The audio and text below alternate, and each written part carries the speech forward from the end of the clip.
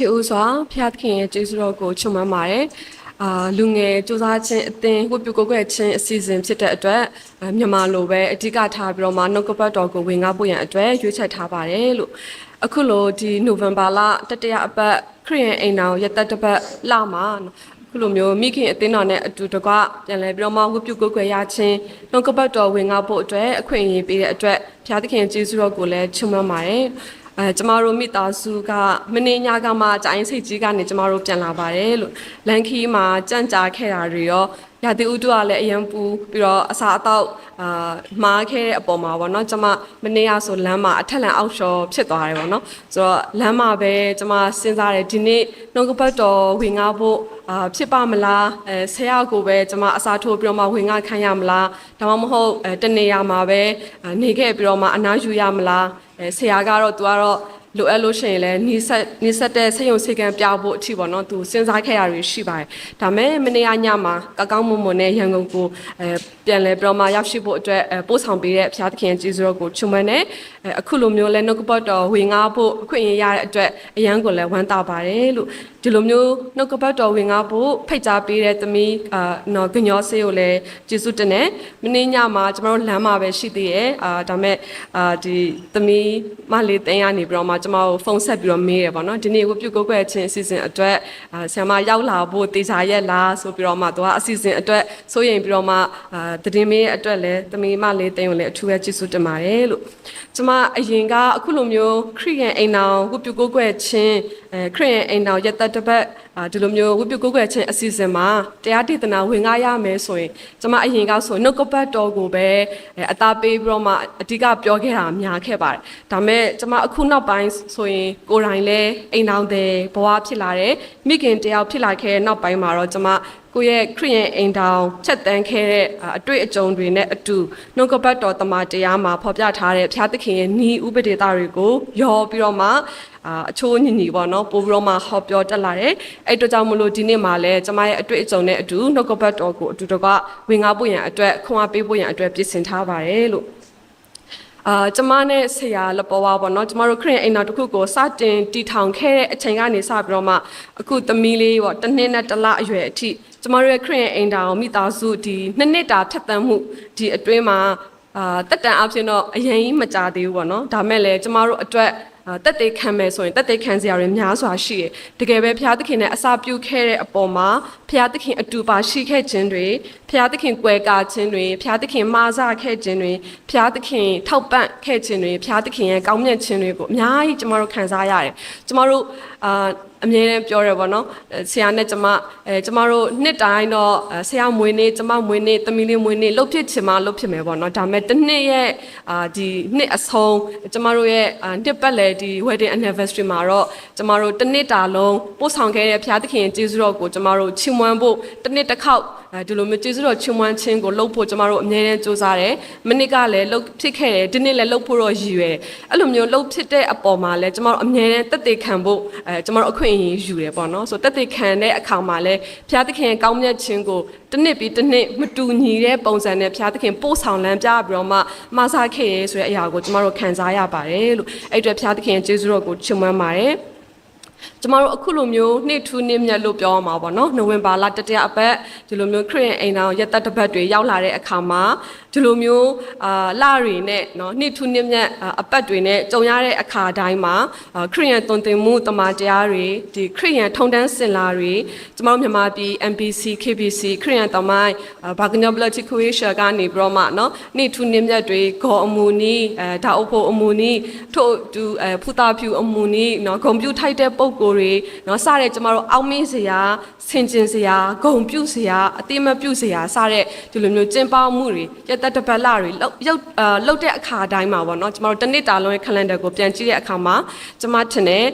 မယိုးတဲ့တရားဒေသနာတွေနဲ့မတူညီတဲ့ဓမ္မဆရာအမျိုးမျိုးရဲ့ဟောပြောမှုတွေကိုကျမတို့ကြားရခဲ့ကြမှာဖြစ်တယ်ပေါ့နော်ဆိုတော့တချို့အရာတွေကလည်းကျမတို့အတွက်ကြောက်ဘူးပြီးသားတွေပဲပေါ့နော်ထက်ခါပြန်ကြားရတဲ့အရာတွေလည်းဖြစ်နိုင်တယ် ဒါမဲ့တချို့လူတွေအတွက်ကတော့ရိုးရိုးလေးပဲဖတ်ဖူးတယ်ကြားဖူးတယ်ဒါပေမဲ့လည်းเนาะဖခင်သခင်ကအစ်စ်တဖန်ပြန်ပြီးတော့မှစကားပြောတာတွေခွန်အားရစရာတွေလည်း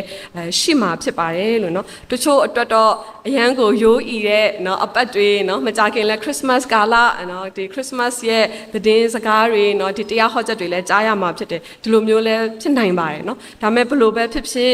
ကျမအနေနဲ့ဒီကနေ့မှာတော့ဒီနိုဝင်ဘာလတတိယအပတ်ဖြစ်တဲ့အတွက်เนาะကျမကဒီခရစ်ယာန်အိမ်တော်ရက်သက်တစ်ပတ်ကိုဂုဏ်ပြုတဲ့အနေနဲ့ကျမဖျားသခင်အလိုတော်ရှိရဲ့ခရစ်ယာန်အိမ်ထောင်ကဘာလဲเนาะဘယ်လိုမျိုးလဲပြီးဖျားသခင်အလိုတော်ရှိရဲ့ခရစ်ယာန်အိမ်ထောင်မိသားစုကဘာလဲဘယ်လိုမျိုးလဲဆိုရယ်အချက်နှစ်ချက်ကိုအဓိကထားပြီးတော့မှနှုတ်ကပတ်တော်နဲ့ကောကျမရဲ့ဖြတ်သန်းမှုနဲ့ပါအတူတကွခွန်အားပေးဖို့အတွက်ကျမပြင်ဆင်ထားပါတယ်လို့ကျမတို့ခရစ်ယာန်အိမ်ထောင်လို့ပြောလိုက်ကြတဲ့ကိုကခရစ်ယာန်မဟုတ်တဲ့အိမ်ထောင်နဲ့မတူပါဘူးလို့နော်လုံးဝမတူပါဘူးဘာလို့မတူလဲဆိုတော့ဖျားမတူလို့ပဲဖြစ်ပါတယ်ဘာလို့ဖျားမတူဘူးလို့ကျမတို့ပြောလဲဆိုတော့ကျမတို့အခုယုံကြည်သူခရစ်ယာန်တွေကယုံကြည်လက်ခံထားတဲ့ဖျားက၃ပါးတစုဖျားဖြစ်တယ်ဒါမဲ့ဒီ၃ပါးတစုဖျားကိုလက်မခံတဲ့မယုံကြည်တဲ့မကိုးကွယ်ကြတဲ့မယုံကြည်သူတွေလောကီသားသမီးတွေအများကြီးရှိနေကြလို့ပဲဖြစ်ပါတယ်လို့ဆိုတော့ကျမတို့ခရစ်ယာန်အတွက်သုံးမတဆူဖျားကကျမတို့ကိုတမန်ကျမ်းစာထဲမှာတွင်တင်ထားတယ်ဒီနေ့အပြင်ဖျားသခင်အလိုတော်ရှိတဲ့ခရစ်ယာန်အိမ်တော်ကဘာလဲဘယ်လိုမျိုးလဲဆိုတာကိုကျမတို့အထူးသဖြင့်တော့ဒါ CE ဝတ်ပြုကိုးကွယ်ခြင်းအစီအစဉ်ဖြစ်တဲ့အတွက်เนาะလူငယ်တွေကောင်းကောင်းနားလည်ထားဖို့လိုအပ်တယ်သိထားဖို့လိုအပ်ပါတယ်เนาะကာကွယ်ခြင်းကြိုတင်ပြင်ဆင်ခြင်းကဖြစ်မှကုသခြင်းเนาะအလုဆောင်ခြင်းတဲ့ပို့ပြီးတော့မှထိရောက်ပါတယ်เนาะကျမတို့လူငယ်တွေအနေနဲ့ဒီအရာတွေကိုဆင်ခြင်နှလုံးသွင်းထားဖို့လိုအပ်ပါတယ်တကယ်လဲလိုက်လျှောက်အသက်ရှင်ဖို့ပို့ပြီးတော့မှလိုအပ်ပါတယ်เนาะဒီလိုခရစ်ယာန်အိမ်တော်ရဲ့တန်မိုးထားမှုတွေကိုဒီကနေ့လိုမျိုးဒီအပတ်လိုမျိုးခရစ်ယာန်အိမ်တော်ရဲ့တပတ်အပတ်မှာအတူတကွတမန်ကျမ်းစာနဲ့အတူဆင်ခြင်ပြီးတော့မှခွန်အားယူကြတာကလည်းအင်မတန်မှမုံမြတ်တယ်ဒီလိုနှစ်တိုင်းနိုဝင်ဘာလ၄ရောက်တိုင်းမှာမနေ့ကလည်းနော်ဝယ်တင်နေရှိမယ်ကျမတို့အသင်းတော်တွေမှာဆိုလည်းဒီ November လကနေစပြီးတော့မှဒီဝယ်တင်တွေ reservation တွေလုပ်လာကြတယ်နော်ကြိုတင်ပြီးတော့မှအစောကြီး booking တွေယူထားရတယ်ဆိုတော့ November လမှာစပြီးတော့မှကျမတို့ခရစ်ယာန်တွေကအိမ်တော်တွေပြုကြတယ်နော်ဒီဝယ်တင်တွေကိုတပတ်ပြီးတပတ်လှုပ်ဆောင်ကြတယ်ဆိုတော့တချို့အတွက်ကတော့ဒီနှစ်နော်ခရစ်ယာန်အိမ်တော်ရက်သက်တပတ်အပတ်ကသူတို့အတွက်ပထမဦးဆုံးခရစ်ယာန်အိမ်တော်ကိုအစာပြုတည်ထောင်ကြတဲ့နော်ဇနီးမောင်နှံအသစ်စုံတွဲတွေအတွက်နော်သူတို့ရဲ့ပထမဦးဆုံးကြုံဆုံတဲ့အပတ်ဖြစ်မယ်နော်ဒီလိုမျိုးခရစ်ယာန်အိမ်တော်ရက်သက်တပတ်ဝတ်ပြုကိုးကွယ်ခြင်းအစီအစဉ်တွေမှာနော်ခရစ်ယာန်အိမ်တော်ကိုတည်ထောင်ဖို့နော်ရည်ရွယ်ထားတဲ့သူတွေအိမ်တော်မကြသေးတဲ့သူတွေအတွက်ကလည်းနော်ဒီလိုမျိုးအိမ်တော်ရဲ့အကြောင်းတွေနော်လက်ထပ်ထင်းများခြင်းအကြောင်းတွေကိုဒီလိုမျိုးအပတ်တွေမှာပြောတဲ့အခါမှာလည်းကျမထင်တယ်နော်လူငယ်တွေတချို့အတွက်ကတော့သူတို့အတွက်ပြင်ဆင်ဖို့စိတ်ကူးရင်ဖို့เนาะကြိုတင်ပြီးတော့မှစဉ်းစားထားဖို့ကြိုတင်ပြီးတော့မှဆွတ်တောင်းထားဖို့အတွက်အချက်တွေလည်းเนาะဖြစ်စေတဲ့เนาะအထောက်ပံ့ပေးတဲ့เนาะတရားဒေသနာတွေဖြစ်မယ်လို့လည်းကျွန်မယုံကြည်တယ်ဒီအရာကလည်းအင်မတန်မှတန်ဖိုးရှိတယ်လို့ကျွန်မခံယူပါတယ်လို့ထို့အတူကျမတို့လိုအိမ်တောင်ကြပြီးသားသူတွေเนาะမိခင်ဖခင်တွေဖြစ်ပြီးသားသူတွေအတွက်လည်းเนาะအခုလိုခရစ်အိမ်တော်ရဲ့တပတ်ဒီလိုမျိုးတရားဒေသနာတွေကလည်းကျမတို့အတွက်အသစ်တစ်ဖန်ပြန်ပြီးတော့မှခွန်အားယူစရာတွေဖြစ်မယ်လို့လည်းကျမယုံကြည်ပါတယ်လို့ဆိုတော့ကျမအမြဲတမ်းပြောတယ်နှုတ်ကပတ်တော်ဝင်ငါအတိုင်းမှာကျမသူတစ်ပါးကိုခွန်အားပေးခြင်းထက်ကျမကိုကျမပြန်ပြီးတော့မှအားပေးခြင်းဖြစ်တယ်လို့ကျမအမြဲတမ်းခံယူတယ်နှုတ်ကပတ်တော်တွေကလည်းကျမကိုပြန်ပြီးတော့မှအမြဲတမ်းသတိပေးတဲ့အရာဖြစ်တယ်လို့လည်းကျမအမြဲခံယူတဲ့အတွက်ကျမနဲ့အတူပေါ့နော်ဒီနေ့နှုတ်ကပတ်တော်ကိုအတူတကွခွန်အားယူပြီးတော့မှဆင်ခြင်ဖို့ပဲဖြစ်ပါတယ်လို့ဆိုတော့အရင်ဦးဆုံးပထမအချက်အနေနဲ့ဖျားသခင်အလိုတော်ရှိတဲ့ခရစ်ယာန်အိမ်ထောင်ဘာလဲဘယ်လိုမျိုးလဲလို့ကျမတို့လူငယ်တွေကိုမေးတဲ့အခါမှာတော့တယောက်တစ်မျိုးစီဖြေကြမှာဖြစ်တယ်ပေါ့နော်ဆိုတော့ကဘာဦးကျမ်းအခန်းကြီး2အခန်းငယ်18မှာဆိုရင်နှုတ်ကပတ်တော်ကထာဝရအရှင်ဘုရားသခင်ကလည်းယောက်ျားသည်တယောက်တည်းမနေကောင်သူနှင့်တော်သောအထောက်အမကိုသူ့ဖို့ငါလုံအောင်မီဟုအကြံရှိတော်မူ၏ဆိုတော့ဒီနှုတ်ကပတ်တော်ဒီကျမ်းပိုက်လေးမှာနှစ်ချက်ကျွန်မတွေ့မိတယ်ပထမတစ်ချက်ကအိမ်ထောင်ပြုဖို့เนาะဘုရားသခင်အကြံရှိတယ်เนาะအဲ့ဒါဒီ marriage ကဘုရားသခင်ရဲ့ idea ဖြစ်တယ်ဘုရားသခင်ရဲ့အကြံဖြစ်တယ်ပြီးနောက်တစ်ခုကဘုရားသခင်ရဲ့အမြင်ထဲမှာเนาะလူယောက်ျားကတယောက်တည်းမနေကောင်းဘူးเนาะသူနဲ့တော်တဲ့အထောက်အမ ဆိုတော့ဒီစကလုံးအထောက်အမဆိုတဲ့အရာကိုလည်းကျွန်မမြင်ပါတယ်လို့နော်ဆိုတော့ဒီအရာကိုကျွန်မကြည့်တဲ့အခါမှာလူယောက်ျားနဲ့လူမိန်းမအိမ်ထောင်ပြုဖို့နော်ဖျားသခင်ဖန်ဆင်းတာယောက်ျားနဲ့မိန်းမပဲဖြစ်ပါတယ်လို့ဒါခေတ်ပြောင်းလဲမှုအပေါ်မှာတော့အခုနောက်ပိုင်းမှာ human rights တွေဒီလိုမျိုးတွေအော်လာတဲ့အရာတွေရှိပေမဲ့နှုတ်ကပတ်တော်အရာဆိုရင်တော့လူယောက်ျားနဲ့လူမိန်းမနှစ်ယောက်အတွက်ပဲဖြစ်ပါတယ်ဒီလူယောက်ျားနဲ့လူမိန်းမအိမ်အောင်ပြုဖို့ကဒါကဖျားသခင်ရဲ့အကြံအစီထဲမှာတစ်ခုဖြစ်တယ်ထို့အတူနောက်တစ်ခုတတိပြုစရာကဒီအကြံအစီရဲ့အဓိကရည်ရွယ်ချက်ကအချင်းချင်းအထောက်အမဖြစ်ဖို့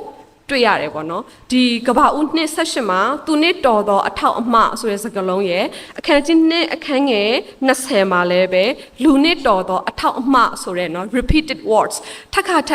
ပြန်လဲသုံးထားတဲ့ဒီအထောက်အမဆိုတဲ့စကားလုံးအသုံးအနှုန်းကိုကျမတို့တွေ့ရပါတယ်လို့နော်ဒါဆိုရင်ကျမတို့ဒီကဘာဦးကျမ်းနှစ်ထဲမှာနားလည်ရတာကတော့အိမ်အောင်ပြုတ်ခြင်းကအရင်ဦးဆုံးဒါသည်ဖျားသခင်ရဲ့ idea ဖြစ်တယ် God's idea ပေါ့နော်ဖျားသခင်ရဲ့အကြံဖြစ်တယ်နောက်တစ်ခုကအိမ်အောင်ပြုတ်ခြင်းရဲ့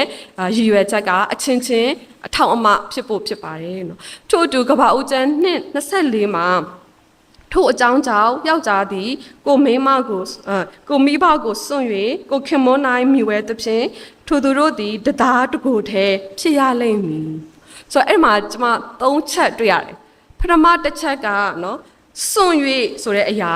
ဒုတိယတစ်ချက်ကမိဝဲတဖြင့်ဆိုတဲ့အရာတတိယတစ်ချက်ကတသားတကိုယ်တည်းဖြစ်ရလိမ့်မည်ဆိုတဲ့เนาะဒီ၃ချက်ကိုကျွန်မတွေ့ရပါတယ်ဆိုတော့ကိုမိဘကိုစွန့်၍လို့ပြောလိုက်တဲ့အခါမှာเนาะကျွန်မတို့ဒီမိဘကိုအပီးတိုင်စွန့်သွားဖို့မဟုတ်ဘူးမိဘကိုဂုဏ်ပြုရမယ့်အရာစောင့်ရှောက်ရမယ့်အရာလေးစားရမယ့်အရာပြုစုရမယ့်အရာတွေရှိတယ်ဒါမဲ့ခန္ဓာအဖြစ်ကျမတို့မိဘကိုစွန့်ခြင်းတနည်းအားဖြင့်အိမ်ခွဲနေခြင်းဆိုတဲ့သဘောတရားတွေကိုလည်းတွေ့ရသလိုကိုခင်ပွန်း၌မိဝဲသဖြင့်ဆိုတဲ့စကားလုံးကလည်းเนาะကျမတို့တနည်းအားဖြင့်ခန္ဓာတစ်ခုတည်းမဟုတ်ဘဲနဲ့ခန္ဓာရောစိတ်ကောဝိညာဉ်ကော၃ပါးစလုံးပေါင်းဆက်ခြင်းမိဝဲခြင်းဆိုတဲ့အရာကိုတွေ့ရတယ်ဒီအရာအတွက်ထွက်လာတဲ့အနှစ်သာရကတသားတကိုယ်တည်းဖြစ်ခြင်းဒီနေ့အပြင် one flesh oneness ဆိုတဲ့သဘောတဘာဝကိုတွေ့ရတယ်ဒီအရာကိုလည်းရှင်ပေါလုကကောရိန္သုဩဝါဒစာပထမဆောင်เนาะအခန်းကြီး6အခန်းငယ်16ထဲမှာဆိုလို့ရှိရင်เนาะကျမတို့ကိုရှင်ပေါလုကဘယ်လိုမျိုးပြောထားသလဲဆိုရင်အဘယ်သို့နည်းပြစ်ဒဇာ၌မြှဝဲသောသူသည်ထိုပြစ်ဒဇာနှင့်တသားတကိုယ်တည်းဖြစ်ကြောင်းကိုမသိကြသလောထိုသူနှစ်ယောက်တို့သည်တသားတကိုယ်တည်းဖြစ်ရလိမ့်မည်ဟုကြံစာလာ၏ဆိုတော့တသားတကိုယ်တည်းဖြစ်ခြင်းကဘယ်လိုမျိုးအချိန်မှာဖြစ်တယ်လဲဆိုရင်ခန္ဓာနဲ့เนาะဒီ sexual intimacy လို့ခေါ်ရဲเนาะဒီလိုမျိုးအတူတကွနေခြင်းမိဝဲခြင်းဆိုတဲ့အပေါ်မှာတသားတကိုယ်တည်းဖြစ်ခြင်းဆိုတဲ့အရာကိုတွေ့ရတယ်ဆိုတော့ပိဋကစာမှာမိဝဲတဲ့သူကပိဋကစာနဲ့တသားတကိုယ်တည်းဖြစ်တဲ့သဘောတဘာဝရှိတယ်ဆိုတဲ့အရာကိုဒီကဘာဦးကျမ်းနှစ်ထဲမှာเนาะကိုမိဘကိုစွန့်၍ကိုခင်ပွန်း၌မိဝဲသဖြင့်ဆိုတဲ့အရာကလည်းဒီမိဝဲခြင်းဆိုတဲ့အသုံးအနှုန်းကအတူတူပဲသုံးနှုန်းထားတာကိုတွေ့ရတယ်ကဘာဦးနှစ်ထဲမှာလည်းဒီအတိုင်းမိဝဲခြင်းဆိုတဲ့အရာကိုသုံးသလိုဒီတစ်ကောထဲမှာလည်းသုံးနှုန်းထားတဲ့အရာကအဓိကဆိုလိုတဲ့အရာကလက်ထပ်ပြီးရသူနှစ်ဦးနေထိုင်ခြင်းကိုမိဝဲခြင်းဒီနေ့အဖြစ်เนาะဒီ sexual intimacy ဆိုတဲ့အရာကเนาะတသားတကူတည်းဖြစ်ခြင်းဆိုတဲ့အနှစ်သာရကိုနှုတ်ကပတ်တော်ကဖော်ပြထားတဲ့အရာကကျမတို့နားမလည်နိုင်တဲ့ဘုရားသခင်ရဲ့အကြံအစီအင်မတန်မှကိုနှက်နေတဲ့အရာတစ်ခုဖြစ်တယ်တန့်ရှင်းတဲ့အရာတစ်ခုလည်းဖြစ်တယ်ဆိုတာကိုတွေ့ရတယ်ဒီအနှစ်သာရရဲ့နှက်နေခြင်းတန်မိုးရှိခြင်းနှွေးထွေးခြင်းကျင်နာခြင်းမေတ္တာတရားပါခြင်းချစ်ခြင်းဂရုစိုက်ခြင်းတွေပါတဲ့เนาะဒီတန့်ရှင်းမြင့်မြတ်တဲ့သဘောတဘာဝရှိတဲ့တရားတစ်ခုတည်းဖြစ်ခြင်းကဒီအရာဒီအလင်းထဲမှာပဲကျင်လည်ဖို့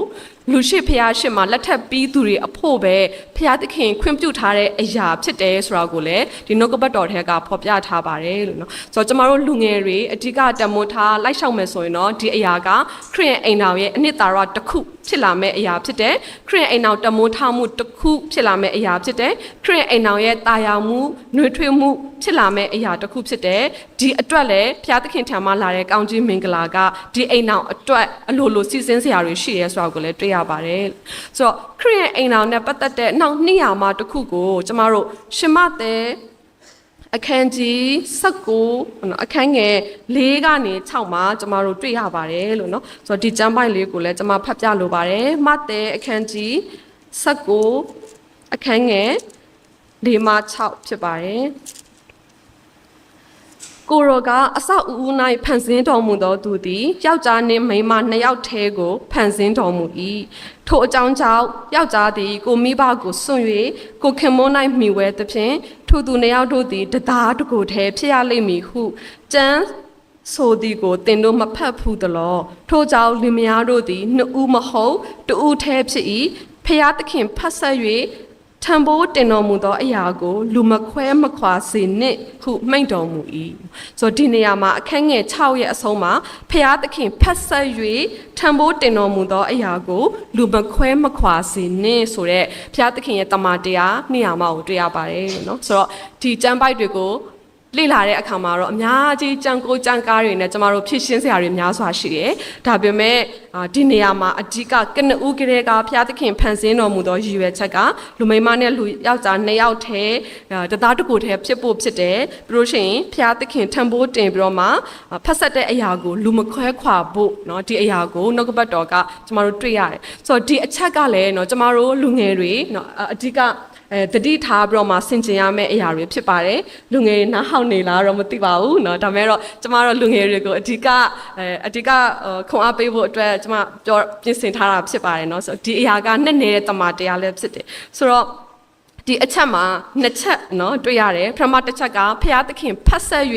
ထံပိုးတင်သောအရာဒုတိယတစ်ချက်ကလူမခွဲမခွာစေနဲ့ဆိုတဲ့အရာတွေ့ရတယ်။ဆိုတော့ကျမတို့ယုံကြည်သူခရိယန်တွေလက်ထက်တယ်ဆိုတာကျမတို့လူအရှိမှာပဲအတိအမှတ်ပြုစည်ရင်းဝင်တရားဝင်လက်ထက်ခြင်းမျိုးမဟုတ်တဲ့လူရှိဖျားသခင်ရဲ့ရှေ့မှာတစ္ဆာဆိုခြင်းဘောင်းလုပ်တဲ့အရာဖြစ်တယ်။ဆိုတော့ကျမအနေနဲ့တစ္ဆာဆိုခြင်းမှာကျမကတော့နှစ်ခုရှိရလို့ကျွန်မခံယူရပထမတစ်ခုကနှစ်ချင်းခံတဲ့အခါမှာခရစ်တော်ကိုယုံကြည်တယ်ခရစ်တော်နောက်လိုက်ပါမယ်ခရစ်တော်၌တစ္ဆာရှိပါမယ်ဆိုပြီးတော့မှကျွန်မတို့ကတစ္ဆာလူရှိဖျားရှင်မှာတစ္ဆာဆိုတဲ့အရာဒုတိယတစ်ခုကတော့ကျွန်မတို့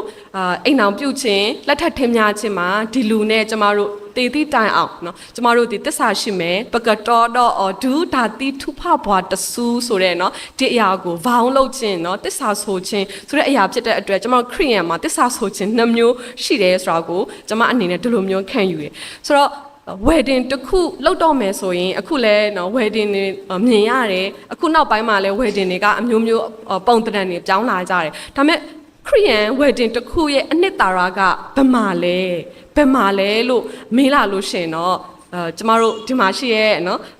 ဘယ်လိုမျိုးဖြေကြမလဲဆရာဆရာမတွေယုံကြည်သူတွေပြီးတော့လူငယ်တွေเนาะဘယ်လိုဖြေကြမလဲတော့ကျမမသိဘူးဒါပေမဲ့ကျမအတွက်ဆိုရင်တော့မင်္ဂလာဝတ်စုံလည်းမဟုတ်ဘူးเนาะ wedding တစ်ခုလုံးရဲ့အနှစ်သာရက wedding dress မှာမရှိပါဘူးเนาะ wedding တစ်ခုလုံးရဲ့အနှစ်သာရကလည်းမင်္ဂလာလက်စွပ်မှာလည်းအဲ့လောက်လည်းမဟုတ်ပြန်ဘူး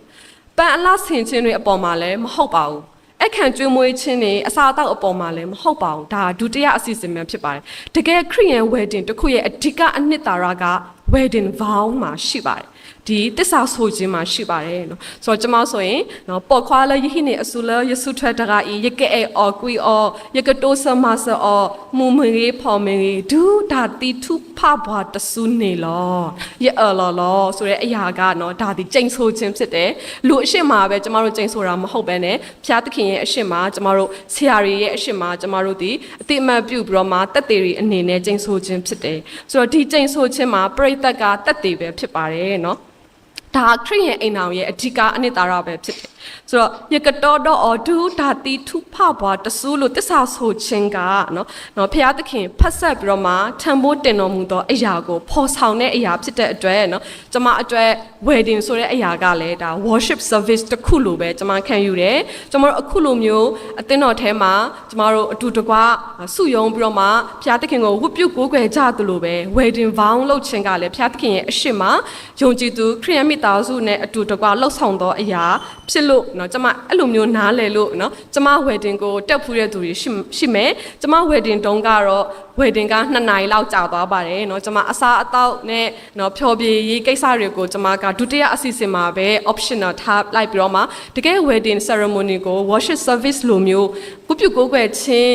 အစီအစဉ်လိုမျိုးကျမကအဓိကလှုပ်ဆောင်သွားတဲ့အရာကိုဦးစားပေးခဲ့တာဖြစ်တယ်ဆိုတော့ကျမရဲ့ wedding မှာဆိုရင်တဘာပတိရှိတယ်အဖွင့်ဆုတောင်းတဲ့အရာရှိတယ် အဖွင့်ကျမ်းစာဖတ်ခြင်းရှိတယ်ပရိသတ်သခြင်းရှိတယ်တရားဒေသနာဝင်ငါခြင်းပါတယ်အထူးဆုတောင်းခြင်းပါတယ်ဂျူအပ်တန်ဆုံရှိတယ်ခွာထက်တီဆိုတဲ့အရာတွေရှိတယ်ခွာရတန်ဆုံတီဆိုတဲ့အရာတွေပါတယ်เนาะဒီလူငယ်တွေကိုလည်းဒီမှာရှိတဲ့သူတွေပေါ့เนาะခွာရဆိုခဲ့တဲ့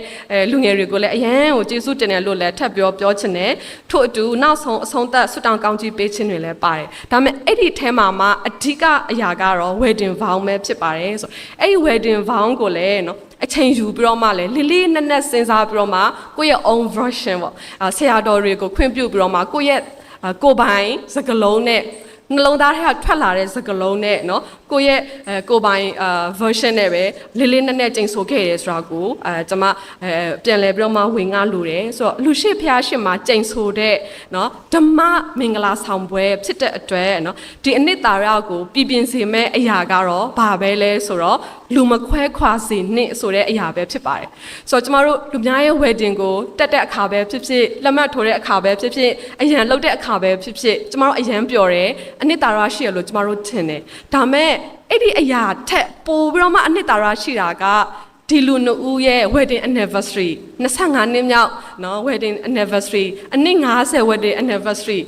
85နှစ်မြောက် wedding anniversary ကိုကြုံရတဲ့အတိုင်းမှာကျမတို့အတွက်ပို့ပြီးတော့မှအနှစ်သာရရှိတဲ့အရာဖြစ်တယ်။ဘာလို့လဲဆိုတော့ကျမတို့တက်တည်ထူခဲ့တဲ့ wedding ကအခုချိန်ထိတည်နေပါတယ်။အခုချိန်ထိသစ္စာရှိနေတယ်။အခုချိန်ထိလှပနေတယ်။အခုချိန်ထိဘုရားသခင်ရဲ့အရှိမအယံကိုအလင်းထဲမှာရှိနေတယ်ဆိုတဲ့အရာကိုကျမတို့ပို့ပြီးတော့မှပီတိဖြစ်เสียဖြစ်ပါတယ်။ဆိုတော့လူမခွဲခွာစေနှင်းဆိုတဲ့အရာကเนาะဒီ wedding vow အတွက်เนาะအဓိကအနှစ်သာရပဲဖြစ်ပါတယ်ဆိုတော့ wedding မှာ vow လုပ်ခဲ့တဲ့ကျိန်ဆိုခြင်းကိုတစ္ဆာတရားနဲ့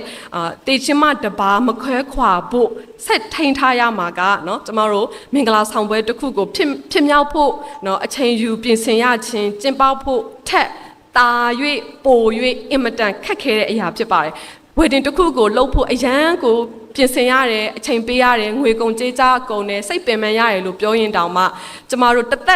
သက်လုံးတစ္ဆာရှိစွာနဲ့ဆက်ထိန်ထားနိုင်ဖို့เนาะဒီ vow ကိုတည်နိုင်ဖို့ကပို့ပြီးတော့မှခက်ခဲတဲ့အရာဖြစ်ပါတယ်လို့เนาะအဲ့ဒီအတွက်ကြောင့်မလို့အရန်ခက်ခဲတာဖြစ်တဲ့အတွက်လူငယ်တွေကိုလည်းအားပေးချင်တာကအိမ်တော်ပဲရွေးချယ်ခြင်းလက်ထပ်ထင်များခြင်းကိုလေးနက်နက်အချိန်ယူပြီးတော့မှလှုပ်ဆောင်ဖို့เนาะတန်ဖိုးထားဖို့เนาะလူငယ်တွေကိုကျွန်မအဓိကခွန်အားပေးလိုပါတယ်လို့ကျမတို့အိမ်အောင်တွေအတွက်လည်းเนาะဒီတစ္ဆာတရားတည်မြဲဖို့အားစိုက်ထုတ်ရမယ့်အရာစူးစမ်းရမယ့်အရာဆင်ခြင်ပြုပြင်ရမယ့်အရာပြီးတော့စာရနောက်ဆက်ခြင်းလောကီတတ်မှတ်ခြင်းသွေးဆောင်ခြင်းတွေကိုကြိုတင်ကာကွယ်ဖို့အမြဲတွန်းလှန်နိုင်ဖို့ကျမတို့လည်းပြင်ဆင်လှုပ်ဆောင်ကြဖို့ဖြစ်ပါတယ်ကျမတို့အတူတကွအားထုတ်ကြိုးပမ်းကြရမှာဖြစ်တယ်ဆိုတော့ကျမရဲ့အတွေ့အကြုံလေးကိုအနေငယ်ပြောချင်တယ်เนาะကျမကဆရာနဲ့ wedding vow မှာအခုနပြောရဲเนาะကိုယ့် own version နဲ့ကိုပြောခဲ့တဲ့အထက်မှာပါလိုက်တဲ့စာကြောင်းတစ်ကြောင်းကယကတိုးဆမဆနာလကဆာရွာအတာဖိတာမှာအဘူးလို့ကျမပြောခဲ့တယ်အဲ့လိုမျိုးလဲကျမကဆန္ဒရှိခဲ့တယ်เนาะအဲ့အတွက်ကြောင့်မလို့အခုမှကျမပေးဆက်ရတဲ့အရာတွေရှိပါတယ်เนาะအခုဆရာရဲ့သာသနာနယ်မှာလူရောစိတ်ရောပါဝင်ပံ့ပိုးပေးနေရတယ်เนาะကျမတို့ရန်ကုန်နဲ့ကြာရင်စိတ်ကြီးကိုကျမသမီးလေး9လအရွယ်ကနေစပြီးတော့မှ2ပတ်တစ်ခါ1လတစ်ခါ2လတစ်ခါအသွားအပြန်လုပ်ရတာတကယ်မလွယ်ဘူးအသွားအပြန်လုပ်ရတဲ့ကားကကြီးပဲကြည့်မယ်ဆိုရင်9သိန်းကနေ10သိန်းအတွင်းမှာကုန်ကြပါတယ်အရင်လဲပင်ပန်းနဲ့ကျိုင်းစိတ်ကြီးမှာဆိုရင်လည်းเนาะကျမပွပွလင်းလင်းပဲဝေမျှရမယ်ဆိုရင်ကျမတို့ရန်ကုန်မှာလိုမျိုးဘို့ထိုင်အိမ်သာမရှိပါဘူးเนาะပြီးရေချိုးခန်းလည်းမရှိပါဘူးကျမရေချိုးမယ်ဆိုရင်အပေါက်တွေရှိလို့ကျမလူတွေကိုချောင်းရတယ်လူတွေရှင်းမှကျမရေချိုးရတယ်ရေချိုးပြီးတော့စိုက်ကဲတဲ့နေကြားရဆိုလို့ရှိရင်လည်းကျမပြန်ပြီးတော့မှအမြဲတမ်းကိုယ့်ကိုယ်တတိထားရတယ်ပြီးတော့ကျမအနေနဲ့ဆိုရင်အမြဲတမ်းအကျင့်ရတာကကျမတို့ကထမင်းရေရှားနဲ့ရေမချိုးတတ်တော့ဘူးဖြစ်သွားတယ်အဲ့လိုမျိုးအခါမှာကျမတို့ထမင်းရေရှားနဲ့ရေချိုးဖို့အရန်ခက်သွားတယ်ဆိုတော့ကျမကလူမလာနိုင်တဲ့လူမမြင်နိုင်တဲ့ညအချိန်လောက်မှကျမကလွတ်လပ်ကျမရေချိုးတာမျိုးပေါ့ဒါပေမဲ့အဲ့အချိန်မှာမှဓမီထိုးတာတွေစိုက်ကယ်နဲ့အဲ့တဲ့လာတယ်ဆိုကျမဘေးနားမှာအစင်သစ်ထမိန်တစ်ထဲကိုအစင်သစ်ပြင်ထားတယ်တစ်နှစ်သုံးဆိုထမိန်ကောက်ပြီးတော့စွတ်တယ်ပေါ့နော်ဆိုတော့အဲ့လိုမျိုးရေချိုးရတယ်တိုက်ထိတ်ရင်ဖိုးပွဲကျမရေချိုးရတယ်ပေါ့နော်ပြီးလို့ရှိရင်လည်းမီးလည်းမရှိပါဘူးလို့အင်တာနက်လည်းရတစ်ချက်မရတစ်ချက်ဖြစ်ပါတယ်ဖုန်းလိုင်းဆိုရင်ကျမတို့ MP3 တောင်ကောက်မရဘူးထို့အပြင်ပို့ဆို တာကတနတ်တန်တွေလက်နက်ကြီးကြားတဲ့အတန်တွေကိုကျမတို့မကြာခဏကြားရတာပေါ့နော်ဒါပေမဲ့အဲ့ဒီကြားထဲကနေကျမသစ္စာဆိုခဲ့တဲ့ရကတိုးဆမဆန္ဒလကစားရအတာဖိတာမှာအဘူးဆိုတဲ့အရာကိုတီအောင်ကျမပန့်ဖို့ပြီးတော့မှအခုချိန်ထိကျမစူးစမ်းနေဆဲပဲဖြစ်ပါတယ်လို့နော်ဒီလိုမျိုးလုံရခြင်းကအဓိကကျမတို့လင်မယားမခွဲချင်ဘူးမခွဲမနေချင်ဘူးကျမစဉ်းစားတယ်ကျမအသက်36နှစ်လုံးကျမတယောက်တည်းနေလာခဲ့တယ်ပေါ့ကျမတယောက်တည်းမနေချင်တော့လို့အိမ်အောင်ပြုတ်တာဖြစ်တဲ့အတွက်အိမ်အောင်ပြုတ်ပြီးမှတော့ကျမခွဲမနေချင်တော့ဘူးဆိုတော့ကျမရဲ့အတွေ့အလေးလည်းရှိတဲ့အတွက်ထို့အတူကျမမွေးထားတဲ့သမီးကိုလည်းဒီအမေဒီအဖေရဲ့လက်နဲ့ပဲကျမတို့မျက်စိအောက်မှာပဲကြည်ပြင်းစေချင်တဲ့အရာပြီးလို့ရှိရင်လည်းကျမတို့လင်းနဲ့မယားခွဲနေရကြတဲ့အခါမှာစာရန်နောက်ဆက်ခြင်းတွေနဲ့ဒီလိုမျိုး temptation တွေကိုအခွင့်ပေးသလိုဖြစ်သွားမှာလဲဆိုတဲ့အတွက်ကျမတို့မိသားစုတကွဲတပြားမနေချင်ဘူးအေးအတူပူအများရင်ဆိုင်မယ်ဆိုတဲ့စိတ်နဲ့ကျမတို့တပတ်ပြီးတပတ်တလပြီးတလကြော်ဖြတ်ခဲ့တဲ့အရာမှာဆရာကအခုလိုမျိုးဒါအင်ကာနေ့ကနေစပြီးတော့မှ KBC Croatia ဒါအိုဖိုတွေသူတက်ရတော့မယ်ဆိုရင်လည်းကျမတို့မိသားစု3ယောက်စလုံးကျမတို့အတူတူရန်ကုန်ပြန်လာကြတယ်ကျမကလုံးမှာကျန်းစာတင်ရဖို့ရှိရဆိုရင်လည်းဆရာကလိုက်ပါပြီးတော့မှအချိန်ပြည့်ခလေးထိန်ပေးတယ်ကြာရင်စိတ်ကြီးနေမှာလည်းဆရာကဂေါ်အစည်းအဝေးတွေနေ့တိုင်းတက်ရတဲ့အခါမှာဆိုရင်လည်းကျမအိမ်မှာသမီးနဲ့2ယောက်ထဲမနေ့8နာရီကနေညနေ6နာရီအထိအချိန်ပြည့်ခလေးကျမကြည့်ပေးတယ်ကျမအပေါ့အပါသွားချင်တာတော့မှကျမသွားလို့မရဘူးပေါ့နော်အဲ့လိုမျိုးတွေရှိတယ်ကျမတရားဟောရင်ဆရာကအခုလိုမျိုးအနောက်တန်းကနေပြီးတော့မှခလေးထိန်ပေးတယ်ဆရာတရားဟောလို့ရှင်လဲကျမကခလေးပြန်ပြီးတော့မှထိန်ပေးတယ်ပေါ့နော်ဆိုတော့ပြီးတော့ကျမတို့ဒီ chairman workshop တခုမှာကျမအနေနဲ့ lecture ပေးဖို့ဖိတ်ကြားခံရတဲ့အခါမှာလည်းနေချားမြေချားတော်လဲပဲကျမစဉ်းစားတယ်ကျမသွားရမှာ9ရက်လောက်ကြာမယ်ဆရာနဲ့သမီးကိုမြန်မာပြည်မှာထားခဲ့ရမယ်အဲ့အရာတွေစဉ်းစားပြီးတော့ငါတို့အတူတူရအောင်သွားမယ်ဆိုပြီးတော့မှကျမအတူတူသွားဖို့စူးစမ်းတဲ့အခါမှာလည်းဖျားသခင်ကလမ်းဖွင့်ပေးတဲ့အခါမှာအတူတူသွားနိုင်ခဲ့တယ်ပေါ့ဆိုတော့အဓိကအဖြစ်တောမှာပဲဖြစ်ဖြစ်မြို့မှာပဲဖြစ်ဖြစ်နိုင်ငံရဲ့ချားမှာပဲဖြစ်ဖြစ်ကျမတို့သွားလာတဲ့အခါမှာလည်းဆိုင်ကယ်နဲ့သွားလာတာရှိတယ် Hilux တွေ Hijet တွေနဲ့သွားတယ် Probus တွေ Express Bus တွေလေယာဉ်အဆုံးပေါ့နော်ကျမတို့အတူတူသွားလာ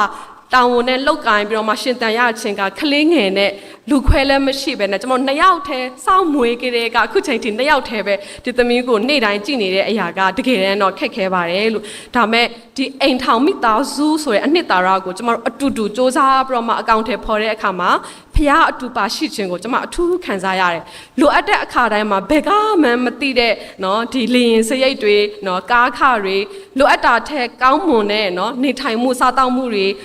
သူတပားကိုယ်တော်မှပြန်လဲပေးကမ်းနိုင်တဲ့အရာတွေဒါဖခင်သခင်ရဲ့တစ္ဆာရှိစွာထောက်ပံ့ပေးမှုတွေကကျွန်မတက်တဲ့ခံစရာတွေများစွာရှိတယ်အင်မတန်မှကိုအမခံဖြစ်ပါတယ်လို့ထို့အတူပဲကျွန်တော်တို့အခက်ခဲကြားထဲမှာသွားလာရတဲ့အခါမှာလဲဖခင်သခင်ရဲ့ကွယ်ကာခြင်းကိုအထူးပဲကျွန်တော်တို့ခံစားရတယ်တစ်ခေါက်မှဆိုရင်မွေးနေ့တရားဟောဖို့သွားရမယ်ခါနီးနီးမှာပြင်ဆင်ပြီးနေပြီးသွားရဖို့ပဲเนาะရှိတော့တဲ့အခါမှာတနက်တန်တွေကတဖြောင်းဖြောင်းကြားရတယ်ကျမတို့သွားမဲ့လမ်းမှာပဲเนาะတနက်တန်တွေကြားရတယ်အဲ့ခါမှာကျမတို့ဘာလုပ်အောင်မလဲပေါ့တွေ့ဝင်နေရသွားရမလားမသွားရတော့ဘူးလားဒါမဲ့အဲ့ခါမှာစဉ်းစားလိုက်တယ်ဒီများကိုဖိတ်ထားတယ်ကိုတရားဟောရမယ်เนาะသွားစရာရှိတာတော့သွားရမှာပဲကျန်တာတော့ဖခင်ရဲ့အပိုင်းပဲဆိုပြီးတော့တနက်တန်ကြားထဲမှာပဲကျမတို့သွားလိုက်တဲ့အခါမှာလေတကယ်ကိုဖခင်ရဲ့ကွယ်ကာခြင်းကိုလက်ပွန်တတီအသက်တာထဲမှာကဲကိုမြင်တွေ့ခံစားရတဲ့အရာတွေကလည်းပြောရရင်တော့ဒါတွေကအနှစ်သာရဖြစ်တယ်ဖခင်ရဲ့ကောင်းမြတ်ခြင်းကိုကျမတို့တကယ်ပဲเนาะကျမတို့ဖခင်သခင်ရဲ့လှုပ်ဆောင်ပေးတဲ့အရာတွေကိုကျမအရန်ကိုခံစားရတဲ့အရာတွေကိုလည်းမျှဝေလိုပါတယ်လို့ဆိုတော့ကျမတို့လူရှိဖျားရှိမှာအစာပြုတ်ခဲ့တဲ့ဒီခရစ်ယာန်အိမ်ထောင်ကိုချစ်ချင်းတစ္ဆာရှိခြင်းတွေနဲ့เนาะလှပစွာဆက်လက်ထိန်သိမ်းနိုင်ဖို့ကเนาะဖျားသခင်ဖတ်ဆက်၍ထံပိုးတင်တော်မူသောအရာကိုလူမခွဲခွာစေနှင့်ဆိုတဲ့အနှစ်သာရကိုအကောင့်ထဲပေါ်ခြင်းကခရစ်ယာန်အိမ်တော်ရဲ့နဲ့တဲ့အနှစ်သာရတစ်ခုဖြစ်လာတယ်ဒီအနှစ်သာရကိုလည်းလူငယ်တွေတမိုးထားဖို့ခွန်အားပေးလို့တယ်ဒီအနှစ်သာရအထဲမှာလည်းဖခင်အတူပါရှိခြင်းကွယ်ကာမဆခြင်းထောက်ပံ့ခြင်းကြည်ရှုပြုစုခြင်းကောင်းခြင်းမင်္ဂလာများစွာကစီစဉ်လျက်ရှိတယ်ဆိုတာကိုလည်းဒါအသက်တာနဲ့ကျွန်မခွန်အားပေးလို့ပါတယ်လို့เนาะဆိုတော့ဒုတိယပိုင်းအနေနဲ့ဖခင်သခင်အလိုတော်ရှိသောခရစ်ယာန်အိမ်ထောင်မိသားစု ကဘာလဲဘယ်လိုမျိုးလဲဆိုဖျားသခင်အလိုတော်ရှိရဲ့ခရစ်ယာန်အိမ်ထောင်ဖြစ်မှဖျားသခင်အလိုတော်ရှိရဲ့ခရစ်ယာန်အိမ်ထောင်မိသားစုဖြစ်လာမှာဖြစ်တယ် Christian marriage ဖြစ်မှ Christian family ဖြစ်လာမှာဖြစ်ပါတယ်လို့ဆိုတော့ကျမတို့ nuclear family ထဲမှာဘာတွေပါလဲဆိုရင်ခင်ပွန်း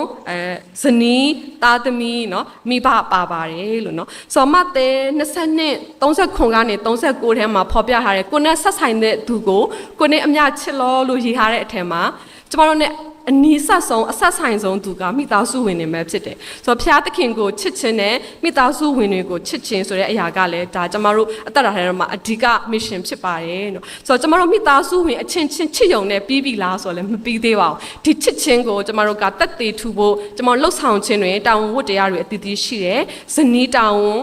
ပြီးလို့ရှိရင်ခင်ပွန်းတာဝန်တာသမီးတာဝန်မိဘတာဝန်ဆိုတဲ့လှုပ်ဆောင်မဲ့အရာတွေကိုလည်းနှုတ်ကပတ်တော်ကဖော်ပြထားတယ်လမ်းညွှန်မှုပေးထားတယ်ဆိုတာကိုတွေ့ရပါတယ်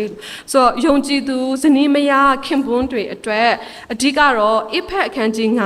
9အခန်းငယ်21ကနေပြီးတော့မှကျမတို့စပြီးတော့မှဖတ်မယ်ဆိုရင်ဒီတာဝန်ဝတ္တရားတွေကိုကျမတို့တွေ့ရမှာဖြစ်ပါတယ်လို့အဲ့ဒါလေးကိုအနည်းငယ်ဖတ်ပြလို့တယ်အဖက်အခန်းကြီး9အခန်းငယ်21ခရစ်တော်ကိုခန့်ညာသောအဖြစ်အချင်းချင်းတယောက်အောက်တယောက်ကိုနှိမ့်ချလျက်နေကြလောအချင်းမိန်းမတို့သခင်ဖျား၏အုပ်ဆိုးတော်မူခြင်းကိုဝန်ခံတကယ်သို့ကိုခင်မုန်း၏အုပ်ဆိုးခြင်းကိုဝန်ခံကြလောအကြောင်းမူကားခရစ်တော်သည်အသင်းတော်၏အပေါ်မှာခေါင်းဖြစ်တော်မူတကယ်သို့ယောက်ျားသည်မိမိခင်ပွန်း၏အပေါ်မှာခေါင်းဖြစ်၏ခရစ်တော်သည်လည်းမိမိကိုယ်ကိုကယ်တင်တော်သူဖြစ်တော်မူ၏အသင်းတော်သည်ခရစ်တော်၏အုပ်ဆိုးတော်မူခြင်းကိုဝန်ခံတကယ်သို့မိန်းမတို့လည်းကိုခင်မုန်း၏အုပ်ဆိုးခြင်းကိုအရာရာ၌ဝန်ခံရကြမည်အချင်းယောက်ျားတို့ခရစ်တော်သည်အသင်းတော်ကိုချစ်တော်မူတကယ်သို့သင်တို့လည်းကိုခင်မွန်းကိုချစ်ကြလောဆိုတာကိုတွေ့ရတယ်အခန်းငယ်28မှာဆိုရင်ထိုနည်းတူယောက်ျားတို့သည်မိမိကိုယ်ကိုချစ်တဲ့ကဲ့သို့မိမိခင်ပွန်းတို့ကိုချစ်ရကြမည်ခင်မွန်းကိုချစ်တော်သူသည်ကိုယ်ကိုချစ်တော်သူဖြစ်၏ကိုယ်အသားကိုမုန်းတော်သူတယောက်မျှမရှိ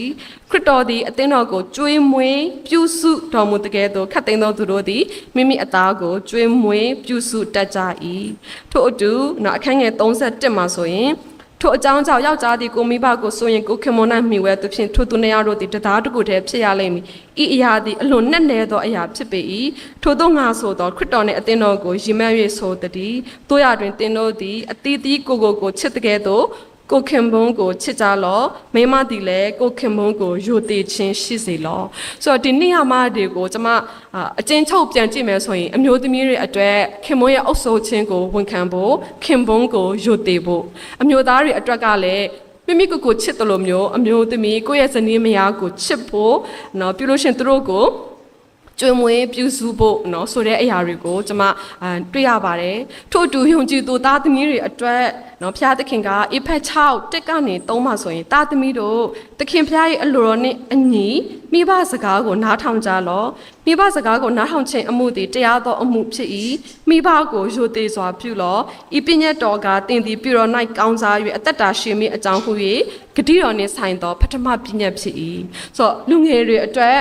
သားသမီးတွေအတွက်ကနော်ဒီမှာဆိုမိဘစကားကိုဖျားသခင်အလိုတော်နဲ့အညီနားထောင်ဖို့ရဲ့မိဘကိုယိုသေးစွာပြုဖို့ဆိုတော့လူငယ်တွေထဲမှာအရင်ကဆိုရင်ကိုအထင်ကြီးလေးစားရတဲ့လူငယ်တွေဘယ်သူရှိလဲလို့ပြောရင်စာတော်တဲ့သူထူးချွန်တဲ့သူအလုတ်ကောင်းရတဲ့သူဝင်ကောင်းရှာနိုင်တဲ့သူဒါမဲ့တမန်တရားကိုသိပြီးနောက်ပိုင်းမှာကျမတော့ဘယ်လိုမျိုးလူငယ်တွေကိုပို့ပြီးတော့မှ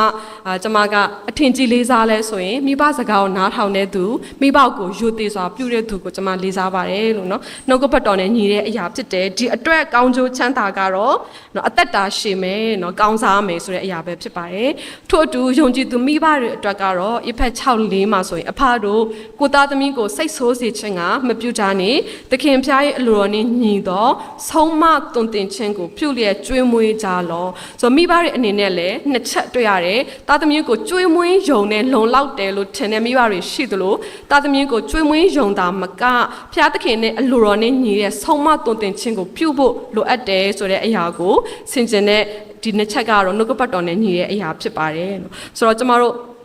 မိသားစုဝင်များအနေနဲ့ခင်ပွန်းနေရာဇနီးနေရာသားသမီးနေရာမိဘနေရာအသီးသီးနှုတ်ကပတ်တော်ကဘုရားသခင်အလိုနဲ့အညီလိုက်လျှောက်ဖို့ရန်အတွက်ကျမတို့ကိုလမ်းညွှန်မှုပေးတဲ့အရာဖြစ်တယ်ဒီအရာတွေကိုလိုက်လျှောက်တဲ့အခါမှာတကယ်ကိုဘုရားသခင်ဘုန်းတော်ထင်ရှားတဲ့ခရစ်ယာန်မိသားစုဖြစ်လာတယ်နော်ဘုရားသခင်ရဲ့တမန်တရားတမိုးထားမှုစံချင်စံနှုန်းနဲ့သွားတဲ့အခါမှာတကယ်ကိုအလင်းဖြစ်တဲ့မိသားစုတွေဖြစ်လာပါတယ်လို့ကျမတို့အခုလောကမှာမตายရပါဘူးလို့နိုင်ငံရေးလည်းမအေးချမ်းပါဘူးလို့တခါတလေကိုယ်စိတ်နဲ့ကိုယ်တော်မအေးချမ်းပါဘူးပြီးမိသားစုတွေကြည့်တဲ့အခါမှာလည်းယိုယွင်းမှုတွေပြိုလဲမှုတွေပျက်စီးမှုတွေနဲ့ကျမတို့နှလုံးသားထဲမှာနာကျင်ရပါတယ်လို့ဒီလိုမျိုးကာလမှာကျမတို့ကဘုရားသခင်ဘုန်းတော်ထင်ရှားတယ်လူအရှိဖျားရှင်မှာအလင်းဖြစ်တဲ့အရန်ကိုလာပါတဲ့မိသားစုတွေကိုကျမတို့ကိုယ်တိုင်တီထောင်လိုက်ခြင်းကဖျားရဲ့အလိုတော်ကိုပြုခြင်းဖြစ်တယ်ကျမတို့လောကအတွက်အကျိုးပြုခြင်းပဲဖြစ်ပါတယ်လို့ဆာလံအခန်းကြီး112เนาะအခန်းငယ်1နဲ့2မှာဆိုရင်เนาะထာဝရဘုရားကိုကြောင်းရွ၍ပညတ်တော်တို့၌အလွန်မွေ့လျော်သောသူသည်မင်္ဂလာရှိ၏ထိုသူ၏သားမြေတို့သည်မြေပေါ်မှာအားကြီးကြလိမ့်မည်ဖြောင့်မတ်သောသူတို့၏အမျိုးအနွယ်သည်မင်္ဂလာရှိတတ်၏ဆိုတော့ဒီနေရာမှာမင်္ဂလာရှိသောမိသားစုဆွေစဉ်မျိုးဆက်အမျိုးအနွယ်ဖြစ်ခြင်းရဲ့အဓိကဇင်းမြစ်ကတော့ထာဝရဘုရားကိုကြောင်းရွခြင်းထာဝရဘုရား၏ပညတ်တော်၌အလွန်မွေ့လျော်သောသူနော်ဒီလိုမျိုးယုံကြည်သူတူတယောက်ရှိခြင်းဖြစ်ခြင်းကနေအစပြုပါတယ်လို့ကျမတို့ကိုယ်တိုင်မင်္ဂလာရှိတဲ့သူဖြစ်မှကျမတို့ဒီမင်္ဂလာရှိတဲ့အိမ်ထောင်ကိုတည်ထောင်နိုင်မှာဖြစ်တယ်မင်္ဂလာရှိတဲ့မိသားစုကိုတည်ထောင်နိုင်မှာဖြစ်တယ်ကျမတို့ကိုယ်တိုင်ထာဝရဘုရားကိုကြောင်းရွံ့မှာထာဝရဘုရားကိုကြောင်းရွံ့တဲ့ခင်ပွန်းဇနီးသားသမီးတွေကိုကျမတို့ပြုစုပြောထောင်နိုင်မှာဖြစ်တယ်ကျမတို့ကိုယ်တိုင်ထာဝရဘုရားရဲ့နှုတ်ကပတ်တော်မှာအလွန်မှွေလျော်ခြင်းရှိမှကျမတို့ခင်ပွန်းဇနီးသားသမီးတွေကထာဝရဘုရားရဲ့နှုတ်ကပတ်တော်မှာအလွန်မှွေလျော်တဲ့အရာကိုကျမတို့စီကနေသင်ယူမှာဖြစ်တယ်အဲ့အတွက်ဘုရားသခင်အလိုတော်ရှိတဲ့ခရစ်ယာန်အိမ်ထောင်ဖြစ်လာဖို့ကျမတို့ကနေပဲစရမှာဖြစ်တယ်။ဘုရားသခင်အလိုရှိခရစ်ယာန်အိမ်ထောင်မိသားစုဖြစ်လာဖို့ကျမတို့ကပဲအစပြုရမှာဖြစ်ပါတယ်။ကျမ်းစာထဲမှာဆိုရင်ဘုရားသခင်ကတင်းငယ်တဲ့အမှုမှာသစ္စာရှိတဲ့သူကိုဘုရားသခင်ကကြီးတဲ့အမှုမှာအနန္တလို့ပြောတာဖြစ်တဲ့အတွက်အခုလက်ရှိမှာကျမတို့ဘယ်အရွယ်မှာဘယ်နေရာမှာရှိနေကြသလဲ။သားသမီးနေရာမှာဖြစ်တဲ့ဆိုရင်နော်သားသမီးခေါင်းတွေဖြစ်ဖို့ကျမတို့စူးစမ်းကြရအောင်။ခင်မွန်းနေရာမှာရှိရဆိုရင်လည်းခင်မွန်းခေါင်းတွေဖြစ်ဖို့စူးစမ်းကြရအောင်။ဇနီးမယားနေရာမှာရှိရဆိုရင်ကောင်းတဲ့ဇနီးမယားဖြစ်ဖို့ကြိုးစားကြရအောင်ဖခင်နေရာမှာရှိရဆိုရင်လည်းကျမတို့လက်ရှိအချိန်လေးမှာအသက်ရှင်တုန်းလေးမှာတာသမီးတွေရှိတုန်းလေးမှာเนาะကောင်းတဲ့ဖခင်တွေဖြစ်အောင်ကျမတို့ကြိုးစားကြရအောင်မိခင်နေရာမှာဖြစ်တယ်ဆိုရင်လည်းမိခင်ခေါင်းတစ်ယောက်ဖြစ်အောင်ကျမတို့ကြိုးစားကြရအောင်တာသမီးနေရာမှာရှိရဲ့เนาะအိမ်အောင်မပြုတ်ရသေးတဲ့တာသမီးတွေလူငယ်တွေအနေနဲ့လည်းမိဘနဲ့အတူနေရတဲ့အချိန်လေးကိုတမိုးထားပါလို့ကျမတို့ဆိုအခုဆိုရင်ခီးတွေတွားရပြီးအိမ်အောင်ကြပြီးကိုယ်တိုင်တာသမီးရှိလာတဲ့အခါမှာမိဘနဲ့အတူရှိရတဲ့အချိန်ကအကန့်အသတ်ဖြစ်သွားပြီအမေအဖေတို့တွားကြည့်ချင်တောင်မှကျမတို့ရဲ့ schedule တွေပြည့်နေမယ်တွားဖို့ခက်လာမယ်ဒါပေမဲ့တစ်ချိန်မှာတော့ကျမတို့36နှစ်လုံးမိဘနဲ့အတူရှိခဲ့တာကျမတို့ဘယ်လိုနေခဲ့လဲဆိုတဲ့အရာကိုလည်းပြန်စဉ်းစားဖို့ရှိပါတယ်နော်ဆိုတော့တာသမီနေရာမှာဆိုရင်လည်းမိဘကိုအချိန်ပေးဖို့ဂရုစိုက်ဖို့တိခန့်စရာရှိရဆိုရင်လည်းအဆုံးစုံတိခန့်ဖို့ပြုစုစရာရှိမယ်ဆိုရင်လည်းစ조사ပြောပြုစုဖို့ပေးကမ်းစရာရှိမယ်ဆိုရင်လည်းအတက်နိုင်ဆုံးစေတနာစိတ်နဲ့ပေးကမ်းဖို့မိဘကိုလေးလေးစားစားဆက်ဆံဖို့ကျမတို့နောင်တတရားကိုမထားခဲ့ပါနဲ့လို့နောင်တရစရာမထားခဲ့ပါနဲ့ခင်မွန်းနေရာဇနီးနေရာမှာရှိမယ်ဆိုလဲကိုယ့်ရဲ့ခင်မွန်းဇနီးကိုချစ်ယုံတစ္ဆာရှိယုံနဲ့မပြီးဘဲနဲ့ကျမတို့ဘယ်လိုမျိုးအစိခံရမလဲ How can I serve you เนาะ How can I serve my wife How can I serve my husband နေ့ကိုငါဘယ်လိုအစိခံရမလဲဆိုတဲ့အစိခံနဲ့စိတ်နဲ့ကျမတို့သွားမယ်ဆိုရင်ကျမတို့ marriage ကကောင်းကြီးရှိပါတယ်လို့ကျမတို့တချို့မိဘနေရာမှာဖခင်သခင်ကချီးမြှောက်ထားတယ်ဆိုရင်လေကောင်းတဲ့မိဘဖြစ်အောင်ကျမတို့ပြင်ဆင်တဲ့အခါမှာကိုယ့်ရဲ့သားသမီးကိုကိုပိုင်တဲ့ဥစ္စာငါမွေးလို့ဖြစ်လာတဲ့လူငါကျွေးလို့ကြီးလာတဲ့သားသမီးငါပညာပေးလို့မှပညာတတ်ကြီးဖြစ်လာတဲ့ငါဆိုတဲ့စိတ်ထက်ဖျားသခင်ဆုချပြီးတော့မှပေးသနာတော်မူသောအမွေဥစ္စာဖြစ်တယ်ဆိုတဲ့မိဘပြုခြင်းလှုပ်ဆောင်ခြင်းကိုဖျားသခင်ကိုကပေးဆက်ခြင်းကဲ့သို့လှုပ်ဆောင်တဲ့အရာသည်ဖျားသခင်ကအကျိုးကိုပဲပြန်ပြီးတော့မှပေးမှာဖြစ်တယ်။သားသမီးတွေစီကနေပြန်မျောလင့်ခြင်းထက်ဖျားသခင်ကိုသားသမီးတွေကိုပေးတဲ့ဖျားသခင်ကိုပဲကျမတို့ကအစေခံခြင်းဖြစ်တယ်ဆိုတော့နှလုံးသားနဲ့တောင်းမယ်ဆိုရင်လည်းအယံကိုလာပါတဲ့မိဘတွေဖြစ်ပါတယ်လို့ဆိုတော့ဖျားသခင်အလိုတော်ရှိတဲ့ခရစ်အိမ်တော်မိသားစုနှုတ်ကပတ်တော်ထဲမှာတင်ယူလိုက်ရှောက်နိုင်ဖို့ဖျားသခင်ထံမှာခွန်အားကျမတို့တောက်ခံကြရအောင် ကျမတို့စ조사လိုက်လျှောက်ခြင်းနဲ့ attitude စိတ်နဲ့သဘောထားပဲလိုအပ်ပါတယ်ကျမတို့မလုံနိုင်တဲ့အရာကိုဘုရားသခင်တတ်နိုင်တယ်ဘုရားသခင်တက်ရှင်တော်ဝိညာဉ်တော်တကိုးကလည်းကျမတို့နဲ့အတူရှိတယ်ဆိုတဲ့အရာကိုကျမခွန်အားပေးလိုပါတယ်နော်စာတန်ကတော့ခရစ်အိမ်တော်မိသားစုတွေပြိုကွဲဖို့အမြဲချောင်းမြောင်းနေမယ်တပ်ဖြတ်ဖို့ဖျက်ဆီးဖို့ဒါသူ့ရဲ့အလုပ်ပဲဖြစ်တယ်ဒါပေမဲ့ကျမတို့ယုံကြည်သူတွေအနေနဲ့ကထာဝရဘုရားနိုင်ခိုင်ခန့်ဖို့ဘုရားသခင်ကိုကိုးစားဖို့ဝိညာဉ်အရှိန်မငြိမ်းဖို့အမြဲဆုတောင်းဖို့နှုတ်ကပတ်တော်၌နှလုံးသွင်းဖို့ပြင်ဆင်ဖို့လိုက်လျှောက်ဖို့ကကျမတို့ရဲ့အလုပ်ပဲဖြစ်ပါတယ်နော်အိမ်တော်တွေအဖို့မှာတော့ကျမတို့လက်ထပ်ပြီးသွားပြီပေါ့ဝယ်တင်တစ်ခုကိုကျမတို့ကဘလို့ပဲဆောင်ခဲ့ပါစေပေါ့ကျမတို့ဆောင်ခဲ့ပြီးပြီဒါပေမဲ့ကျမတို့အခုလောက်ရမယ့်အရာကတော့ဒီဝယ်တင်ဘောင်းအပေါ်မှာဆက်လက်သစ္စာရှိဖို့ပဲအားထုတ်ဖို့ရင်လိုအပ်ပါတယ်တနေ့ခရစ်တော်ပြန်လာတဲ့အခါမှာဝယ်တင်က2မျိုးရှိပါတယ်လောကရဲ့ဝယ်တင်နဲ့သိုးတငယ်မင်္ဂလာဆောင်ပွဲလို့ခေါ်တဲ့ခရစ်တော်နဲ့အတူကျမတို့ကခရစ်တော်ကိုသူတို့သားလောင်းကျမတို့ကသူတို့သမီးလောင်းခဲ့သို့ယုံကြည်သူနဲ့ခရစ်တော်နဲ့ပေါင်းစည်းခြင်းဆိုတဲ့ဒါဒုတိယနော်တနည်းအားဖြင့်သိုးတငယ်ဝိညာဉ်မင်္ဂလာဆောင်ပွဲမှာကျမတို့အတူတကွပါဝင်ဖို့နော်ခရစ်တော်ပြန်လာမှာကိုလည်းကျမတို့ပြင်ဆင်စောင့်နေရင်းနဲ့သစ္စာရှိရငယ်သားကောင်းဖြစ်ဖို့အတွက်သူသဖြင့်ဒီခရစ်အိမ်တော်မိသားစုကဏ္ဍမှာဘုရားသခင်ရဲ့အလိုတော်ကိုရှာရင်ဘုရားသခင်ရဲ့အလိုတော်ကိုဆောင်ရင်ဘုရားသခင်ဘုန်းထင်ရှားပြီးတော့မှဘုရားသခင်ချီးမွမ်းတော်သူအရောက်စီတိုင်းဖြစ်ဖို့ထိုအားဖြင့်ဘုရားသခင်ထံမှအကျိုးကိုထာဝရကာလအထိခံစားရတော်သူအတိအကျဖြစ်စေဖို့ကျွန်မနှုတ်ကပတ်တော်နဲ့အနည်းငယ်ခွန်အားပေးလိုပါတယ်လို့နောက်ဆုံးကျမ်းပိုင်းအနေနဲ့ကတော့ယောမအခန်းကြီး7အခန်းငယ်36တဘာပတိဖတ်သွားတဲ့ကျမ်းပိုင်းပဲဖြစ်ပါတယ်ယောမဩဝါဒစာအခန်းကြီး7အခန်းငယ်36ခတ်သိမ်းသောအရာတို့သည်ကိုရောအထဲက၎င်းကိုရောအားဖြင့်၎င်းကိုရောအဖို့အလွတ်ငါ၎င်းဖြစ်ကြ၏ကဘာအဆက်ဆက်ဘုံကြီးတော်မူစေတည်းအာမင်ကျမတို့အသက်ရှင်ခြင်းဟာခင်အခွင့်ပေးလို့လူဖြစ်ခြင်းဟာလည်းဘုရားသခင်ဖန်ဆင်းလို့ခရိယန်ဖြစ်ခြင်းကလည်းခရစ်တော်အားဖြင့်ကယ်တင်ခြင်းရခြင်းဖြစ်တယ်အဲ့အတွက်ကျမတို့အသက်တာဒီခရစ်တော်အဖို့အလို့ငါအသက်ရှင်ခြင်းမှာလည်းဒီခရိယန်အိမ်တော်မိသားစုကဏ္ဍမှာလည်းဘုရားသခင်အဖို့အလို့ငါအသက်ရှင်တော့ခင်ပွန်းဇနီးမိဘသားသမီးအရောက်စီတိုင်းဖြစ်ကြပါစေလို့အနည်းငယ်ခွန်အားပေးလိုပါတယ်အရောက်စီတိုင်းအပေါ်မှာဘုရားသခင်ကောင်းချီးရှိပါစေ